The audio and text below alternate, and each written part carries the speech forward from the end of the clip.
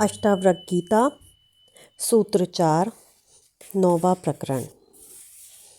वह कौन सा काल है, वह कौन सी अवस्था है जिसमें मनुष्य को द्वंद्व, सुख या दुखादि न हो।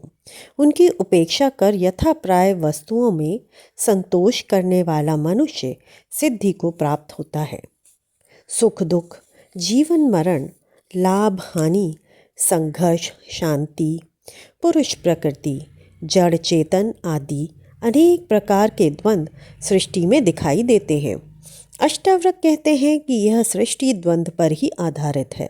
यह विपरीत ध्रुवों के सहयोग से ही चलती है। ये द्वंद्व किसी भी कला में, भूत भविष्य वर्तमान तथा किसी भी अवस्था में कभी भी शांत नहीं हुए हैं। ये सदा रहेंगे ही।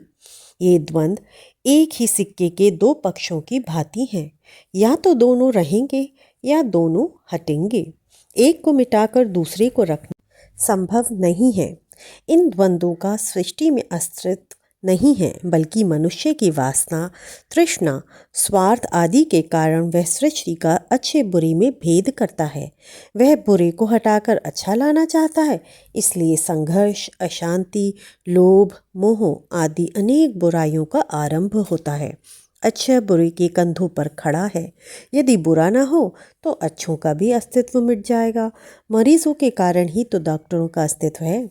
सोचो ज़रा, चोरों डाकुओं के कारण ही पुलिस एवं न्यायालय हैं। पापियों के आधार पर ही संत महात्मा टिके हुए हैं। मृत्यु पर ही तो जीवन टिका है। नैतिक आदमी दोनों में भेद करके चलता है। बुरे को हटाकर अच्छे को लाना चाहता है, किंतु सृष्टि में दोनों संयुक्त हैं। इनको हटाया ही नहीं जा सकता। इसलिए अध्यात्म दोनों को ईश्वरीय मानकर उन्हें स्वीकार करने की बात कहता है कि ये भेद मनुष्य के मन के ही कारण दिखाई देते हैं। मन के पार कोई भेद नहीं है।